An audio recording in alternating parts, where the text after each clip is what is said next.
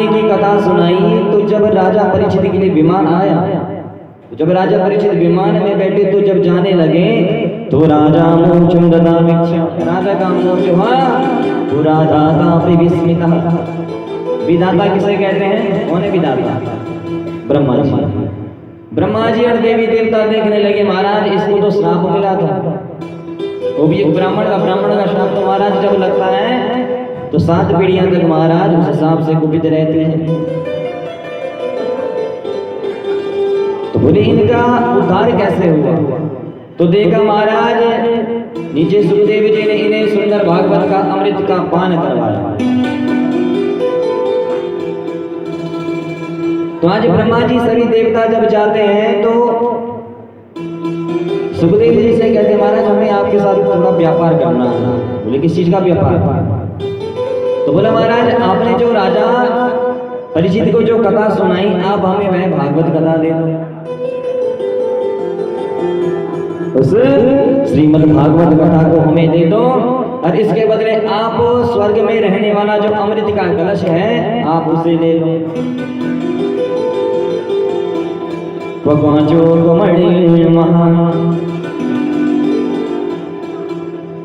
जब सुखदेव जी ने सुना कि यह भागवत की बराबरी भाई उस अमृत से कर रहे हैं तो राजा और देवी देवताओं को महाराज वहां से तुरंत भगा दिया। बोले आप यहाँ से चली जाइए, वसुधा कथा लोगे। अरे कहाँ यह दिव्य अमृत कथा और कहाँ तुम्हारा ये कांच के समान अमृत। भाई अमृत का अर्थ होता है, अ का अर्थ होता है नहीं, मृत मतलब मरना। जो व्यक्ति जिसे पान करके जिसकी मृत्यु नहीं होती, परंतु भागवत का ऐसा अमृत है जो हमारे जीवन और जन्म जन्मांतर को मुक्त कर देता है। बोले भागवत भगवान वसुधा कथा लोगे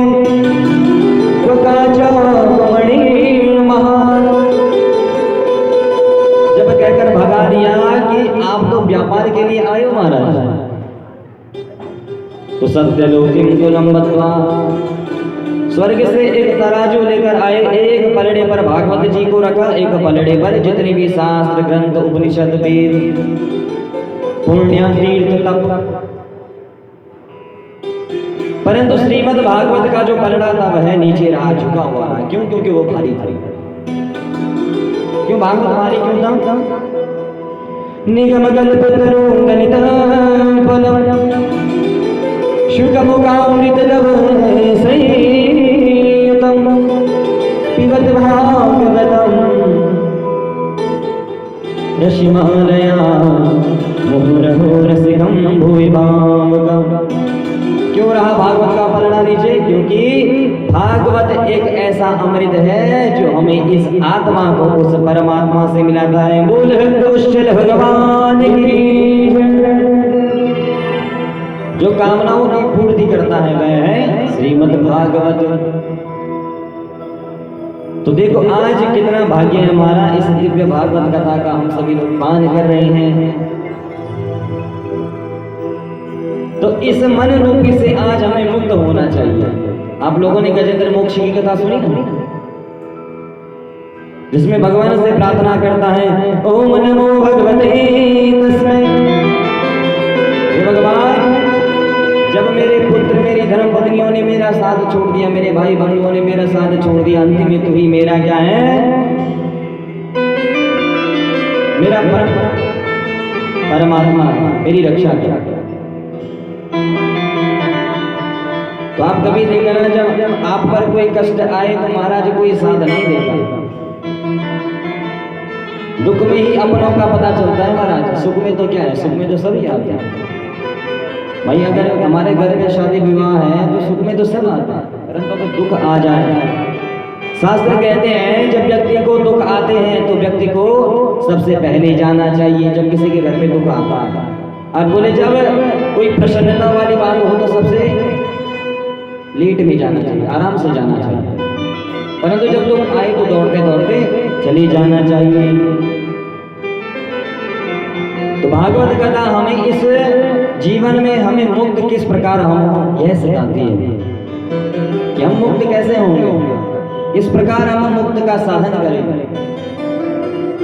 काली नाम और मित्रेण, कालियुग क्या है, घर घर में जाकर बैठा है।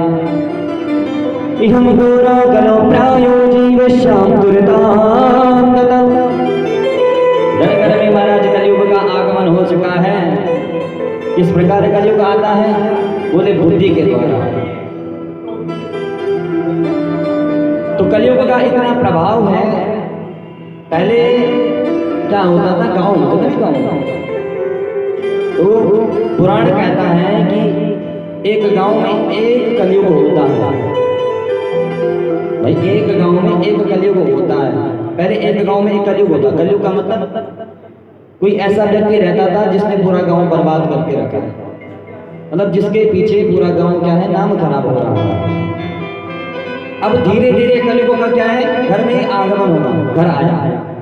तो किस प्रकार आया, तो कहा तब परिवार होते थे ना, जैसे मेरे 4 भाई हैं, हम चारों का परिवार हुआ। तो एक परिवार में फिर एक कलियुग आया।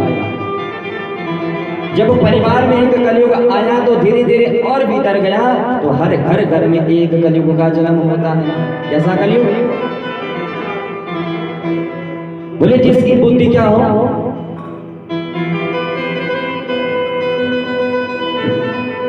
जिसकी बुद्धि भ्रष्ट है। अगर आप बोले महाराज कि यहाँ जाना है तो यहाँ नहीं जाएगा, इधर जाएगा, उसको कहते हैं कलियुग। कलियुग का अर्थ होता है बुद्धि, जो बुद्धि में प्रभाव करे उसे कलियुग कहते हैं। भाई अगर हम किसी को सन्मार्ग बताएं, कोई वहां ना जाकर कुमार्ग पर जाता है, उसे कहते हैं कलियुग। तरुणी प्रभुता के ही शारदो बुद्धिदायक। तो कहा कि जब नारद जी गृहस्थ के घर में जाते हैं तो गृहस्थों के घर में महाराज लड़ाई झगड़ा चल रहा है। घर घर में लड़ाई हो रही है, नव दंपति की, धर्म पत्नी की और स्वामी जी की लड़ाई हो रही है। नारद जी ने कहा गृहस्थ लोग भी पूजा पाठ नहीं करते, बस इनका लड़ाई झगड़े में ही मन लगा रहता है। सोचा कि अब मुझे कहाँ जाना चाहिए, साधु संतों के घर जाना चाहिए, क्योंकि साधु संत एक ऐसे हैं जहाँ भगवान का नाम लिया जाता है। वहां चलता हूं। तो नारद जी जाते हैं हरि क्षेत्रम कुरुक्षेत्रम श्रीरंगम सेतुवंदनम एवं आदिति तीर्थेषु ब्रह्मांडम इदस्ततः।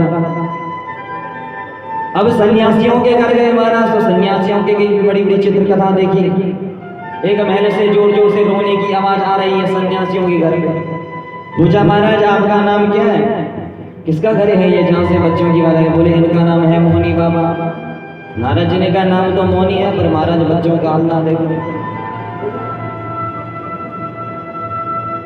तो नाम का बड़ा प्रभाव होता है।